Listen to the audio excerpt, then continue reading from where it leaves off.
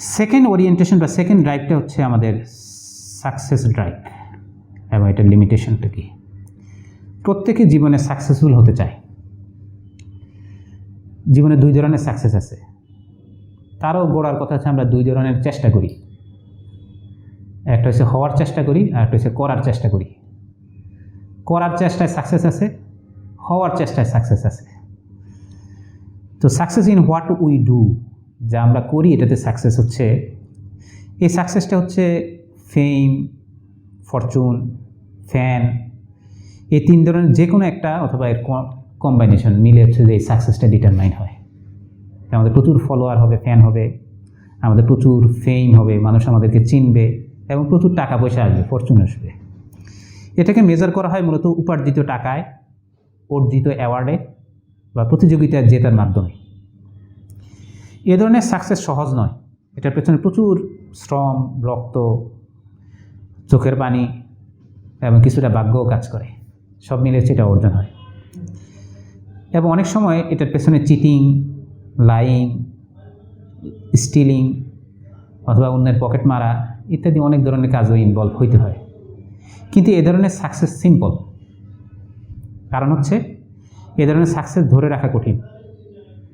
কারণ হচ্ছে সকল স্পোর্টস, যত ধরনের স্পোর্টসম্যান দেখবেন, সকল স্পোর্টসের রেকর্ডই একদিন ভেঙে যায়, আরেকজন এসে রেকর্ডটা ভেঙে ফেলে, তার সাকসেসটা নাই হয়ে যায়। তখন পুরাতন চ্যাম্পিয়নকে নতুন কেউ পরাজিত করে নতুন চ্যাম্পিয়ন হয়। নতুন ইনোভেশন এসে যে কোনো ব্যবসায়ীর আগের যে ক্লায়েন্ট সব বাগিয়ে নেয়, তার মার্কেট ধসে পড়ে। তার মানে এই সাকসেসগুলো ধরে রাখা যায় না। সেকেন্ড প্রবলেম হচ্ছে যদি প্রতারণা, চুরি, মিথ্যা কাজ করে এ ধরনের সাকসেসের পেছনে কাজ করে যদি, তবে সময়ে সকল কিছু হারিয়ে পথে বসার মতো অবস্থা হয়, তখন আর কিছুই থাকে না। সাকসেস তো চলে যায়, জীবনের ডিগনিটিও নষ্ট হয়ে যায়। সবচেয়ে ভয়ঙ্কর দিক হলো অনেক সময় এই ধরনের সাকসেস আমাদের মাঝে চরম অ্যান্টি ফিলিংস তৈরি করে। এজন্যে আমরা দেখি অনেক সেলিব্রিটি আর্টিস্ট, লেখক, বিজ্ঞানীকে আমরা আত্মহত্যা করতে দেখি। তারা জীবনের সকল জায়গায় সকল কিছু অ্যাচিভমেন্ট হয়ে গেছে, এখন আত্মহত্যা ছাড়া বাকি নাই কিছু, এমটি ফিলিং হয়ে গেছে এক ধরনের। ইভেন অনেকে দেখা যাচ্ছে পেনি লেস হয়ে মারা যায়, টাকা পয়সা সব শেষ হয়ে গেছে, তার সমস্ত সাকসেস শেষ করে সে মারা যায়। এমনকি যদি এই ধরনের সাকসেস যদি আমাদের কিছুটা হ্যাপিনেস দিয়েও থাকে, তবে তার স্থায়িত্ব রিটায়ারমেন্টের আগ পর্যন্ত। রিটায়ারমেন্টের পরে এই সাকসেস আমাদেরকে আর হ্যাপিনেস দেয় না, এটা তখন কাজ করে না। তারা অন্য অনেক সাকসেসফুল লোক সামনে চলে আসছে, আমাকে কেউ মনে রাখেনি। তাহলে প্রশ্ন দাঁড়ায়, তাহলে আমাদের এই সাকসেসটা কি ক্ষণস্থায়ী, অনির্ভরযোগ্য, অথবা এটা কি প্রবঞ্চনা? প্রশ্নগুলো দাঁড়ায়। কিন্তু এটা হচ্ছে success in what we do, আমাদের করার সাকসেসের কথা বলছি। আমাদের হওয়ার সাকসেস একটা আছে, success in who we are, আমরা কি হই বা কি হতে চাই, এতে একটা সাকসেস আছে। এই ধরনের সাকসেসকে কয়েকভাবে ডিফাইন করা যায়। প্রথম হচ্ছে যে how far we have mastered on our selves, আমাদের নিজেদের উপর কতটা আমরা মাস্টারি অর্জন করলাম। যেমন আমাদের স্বার্থপরতা, এটার উপর আমি কতটা মাস্টারি অর্জন করলাম, এটা কাইন্ড অফ বিইংয়ের সাকসেস, হওয়ার সাকসেস। অথবা আমার যে কাপুরুষতায় সেটাকে আমি কতটা কন্ট্রোলে আনলাম, আমার যে অহংকার বোধ সেটাকে আমি কত কন্ট্রোলে আনলাম, এর মাধ্যমে এক ধরনের সাকসেস হয়। আরেকভাবে ব্যাখ্যা করা যায় how close we are to the kind of person we mean to be, আমাদের সামনে অনেক আইকনিক ফিগার থাকে যাকে সামনে রেখে আমরা চলি, যার মতো হতে চাই তার মতো হতে কতটা সফল কাম হলাম, এটাও কিন্তু বিইংয়ের সাকসেস বা হওয়ার success. How deeply we have impacted others life for good, অথবা অন্যের লাইফে আমরা কতটা ভালো কিছু প্রভাব রেখে গেলাম, এটাও কিন্তু আমাদের বিইংয়ের সাকসেস। কত মানুষের জীবনে গুডনেসকে ছড়িয়ে দিলাম ইত্যাদি।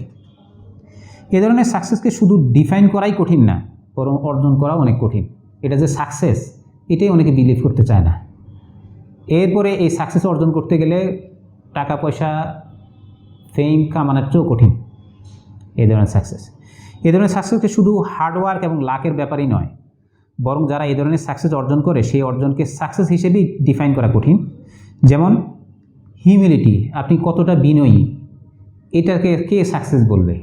কিন্তু এই বিনয়ী হতে গিয়ে তাকে অনেক পরিশ্রম করতে হয়েছে, তার ইগোর উপর প্রচণ্ড মাস্টারি করতে হয়েছে। এটা কিন্তু কাইন্ড অফ সাকসেস। এবং কোরআনে বলছে ওয়াইবাদুর রহমানিল্লাযীনা ইয়ামশুনা আলাল আরদি হাওনা, পৃথিবীতে বিনম্রভাবে চলাফেরা আল্লাহর বান্দারা। এটাকে কিন্তু কোরআন সাকসেস হিসেবে রিটার্ন, কিন্তু পৃথিবীর কোনো ইন্ডিকেটর এটা সাকসেস না।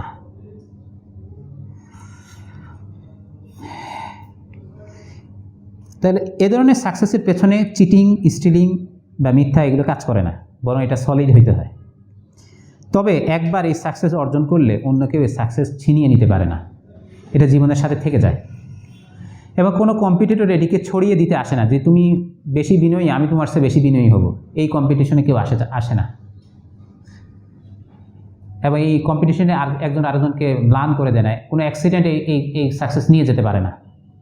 এমনকি এ ধরনের সাকসেসের পরে আমাদের মাঝে কোনো এমটি ফিলিংসও কাজ করে না, একটা ফুলফিলিংনেস কাজ করে। এমনকি অনেক ক্ষেত্রে দেখা গিয়েছে যারা এই দ্বিতীয় ধরনের সাকসেসে অর্জন করতে পারেন, তারা প্রথম ধরনের সাকসেসও খুব বেশি পিছিয়ে থাকে না। এই দ্বিতীয় ধরনের সাকসেস তাকে প্রথম ধরনের সাকসেসও অর্জন করতে হেল্প করে। এখন প্রশ্ন হচ্ছে, কেন মানুষ সাকসেস খোঁজে? আমাদের অনেকেই শুধু সাকসেস খোঁজে না, বরং সাকসেসের মাধ্যমে সে আসলে হ্যাপিনেস খোঁজে অথবা মিনিং খোঁজে। সাকসেস ইটসেলফ গোল না অনেকের কাছে। সেলফ অ্যাফার্মেশন আসবে বলে মনে করে, এই জন্য এর পেছনে ছুটে।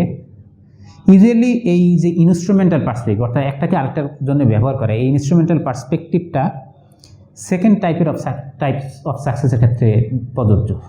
অর্থাৎ আমার যে বিইংয়ের সাকসেস, এটা আসলে আমি কোনো একটা কিছু অর্জন করার জন্য ব্যবহার করি, কিন্তু যেটা আমার করার সাকসেস, সেটা আসলে ইটসেলফ অনেক সময় গোল হয়ে ওঠে। প্রথম টাইপ সাকসেসের ক্ষেত্রে সাকসেস ইটসেলফের সাকসেস, হ্যাপিনেস, পার্সপেক্টিভ দুইটাই দেখা যায়। সাকসেসের জন্য হ্যাপিনেস অথবা সাকসেস ইটসেলফ। তাহলে বোঝা যাচ্ছে success is good and success is rewarding, কিন্তু সাকসেস ইটসেলফ জীবনের সবচেয়ে বড় গোল বা আরাধ্য বা আলটিমেট পারপাস হয়ে ওঠার মধ্যে কিছু প্রবলেম আছে। সেই প্রবলেমটা হচ্ছে কি, অনেকেই শেষ পর্যন্ত এই সাকসেস অর্জন করতে পারে না এবং ফ্রাস্ট্রেটেড হয়ে যায়। আবার যখন মানুষ টপে উঠে, তখন পড়ে যাওয়ার প্রচণ্ড ভয় তৈরি হয় তার মধ্যে। আজকে পড়বো, কালকে পড়বো, পড়লে কত ব্যথা পাবো, প্রচণ্ড ভয় তৈরি হয়। যত উপরে উঠবে ততই পড়ে যাওয়ার বা নিচে নামার ব্যাপারে তার প্রচণ্ড ভয় তৈরি হয়।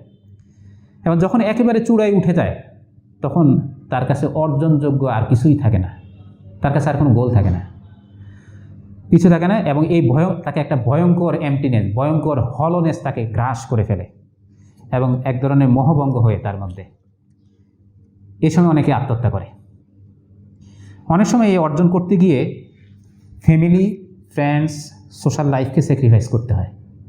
আর যখন সেটা অর্জন হয়ে যায়, তখন এই যে অপরচুনিটি করছে, ফ্যামিলি হারাইছে, ফ্রেন্ডস হারাইছে, সোসাইটি হারিয়েছে, ভ্যালুজ হারিয়েছে, জীবনের ডিগনিটি হারিয়ে ফেলেছে, তখন এটা প্রচণ্ড আফসোস তৈরি হয়। তখন আবার সে মনে করে যে তার এই অর্জিত সম্পদ সেটা ফেরানোর জন্য খরচ করতে হবে। হযরত আলী রাদিয়াল্লাহু তাআলা একটা সুন্দর কথা বলেছিলেন। তিনি বলেছিলেন যে আমরা সারা জীবন স্বাস্থ্য নষ্ট করে অর্থ উপার্জন করার চেষ্টা করি এবং শেষে এই উপার্জিত অর্থ খরচ করে পুরানো স্বাস্থ্যটাকে পুনরুদ্ধার করার চেষ্টা করি। এটা হচ্ছে একটা সাইকেল আর কি। ঠিক চরিত্রের ক্ষেত্রে একই সত্য। মনোবিজ্ঞানী ভিক্টর ফ্র্যাঙ্কলিন তিনি আবার বলছেন, সাকসেসকে লক্ষ্য বানিও না, এটিকে তুমি যত বেশি লক্ষ্য বানাবে ততই তুমি এটাকে মিস করবে। এটাও ছায়ার মতো। হ্যাপিনেসের মতো সাকসেসও পারসুয়েবল নয়, বরং এটি অন্য কিছুকে ফলো করে আসে। সাকসেস মূলত ব্যক্তি সত্তার চাইতে বড় কোনো কিছুর কজের জন্যে একান্ত প্রচেষ্টার সাইড ইফেক্ট হিসেবে আসে। বড় কোনো একটা গোলের জন্য যখন ছুটব, তখন এই সাকসেসটা বাই প্রোডাক্ট হিসেবে আসবে।